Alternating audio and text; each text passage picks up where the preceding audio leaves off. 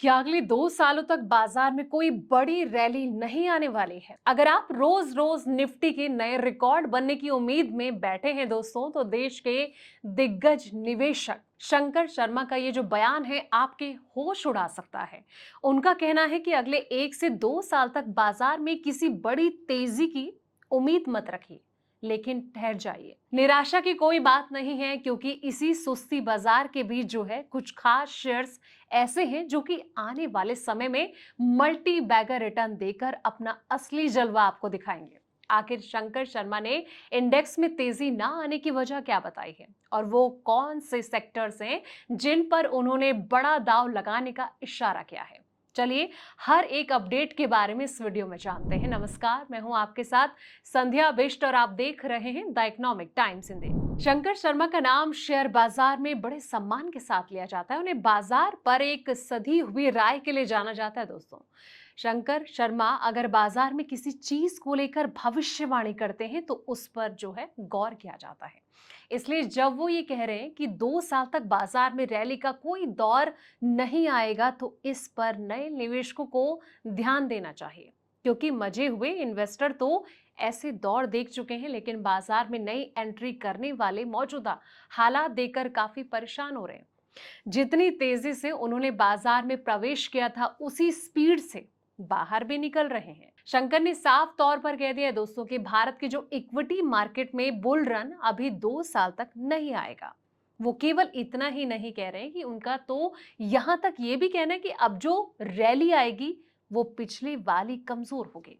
आपको बता दें कि शंकर शर्मा ने पहली बार शेयर मार्केट को लेकर कोई पहली बार ऐसी भविष्यवाणी नहीं की है। वो इससे पहले भी कह चुके हैं कि बाजार में अब अच्छी तेजी 2030 तक ही आएगी।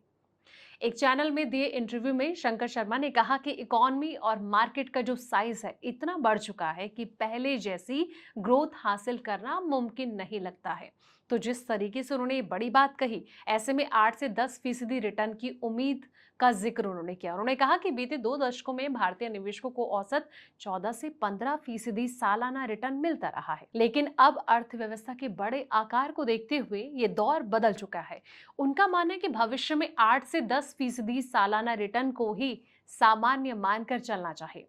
शर्मा ने इसे अपनी 1.6 बुल मार्केट थ्योरी से समझाया, और उनका ये कहना है कि 1991 के जो आर्थिक उदारीकरण के बाद भारत ने वास्तव में सिर्फ एक बड़ा और टिकाऊ बुल मार्केट देखा, जो कि 2003 और 2007 के बीच रहा। उनके मुताबिक हर्षद मेहता के दौर में तेजी को सामान्य बुल मार्केट नहीं माना जा सकता।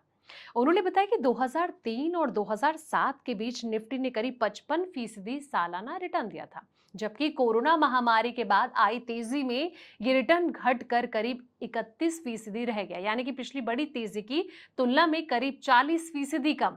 उनका अनुमान है कि अगला बुल मार्केट इससे भी कम रिटर्न वाला हो सकता है। अब सवाल ये कि क्या है कम रिटर्न की वजह? शंकर शर्मा का ये कहना है कि इसकी वजह आर्टिफिशियल इंटेलिजेंस यानी कि एआई, ब्याज दरें, वैश्विक राजनीति, बल्कि भारत की तेजी से बड़ी आर्थिक ताकत है। और उनका तर्क है कि जब कोई इकॉनमी 4 से 5 ट्रिलियन डॉलर के आकार तक पहुंच जाती है, तो उसी रफ्तार से आगे बढ़ना पहले के मुकाबले काफी मुश्किल हो जाता है।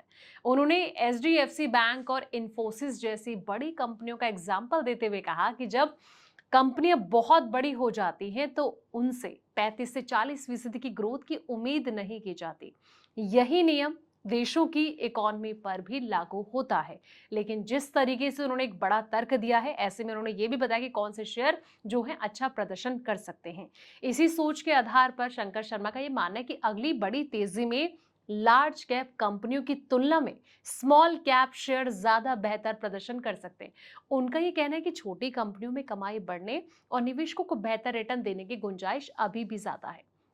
यही वजह है कि उन्होंने खुद भी 100 से 200 करोड़ रुपए स्मॉल कैप कंपनियों में लगाए हैं।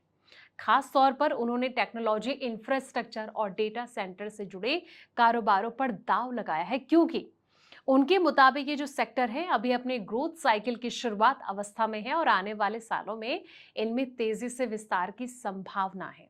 लेकिन दोस्तों, जब भी आप ऐसे स्टॉक में निवेश करें तो एक बार अपने फाइनेंशियल एडवाइजर से जरूर सलाह मशवरा करें। लेकिन अगले 2-3 साल के लिए जो ये टारगेट दिया गया है, इसको आप कैसे देखते हैं? क्या लगता है आपको कि मार्केट की चाल किस ओर रहने वाली है? कमेंट बॉक्स में अपनी राय जरूर दें। फिलहाल इस रिपोर्ट में इतना ही। ऐसी पल पल की वीडियोस के लिए आप देखते रहें द इकोनॉमिक टाइम्स हिंदी।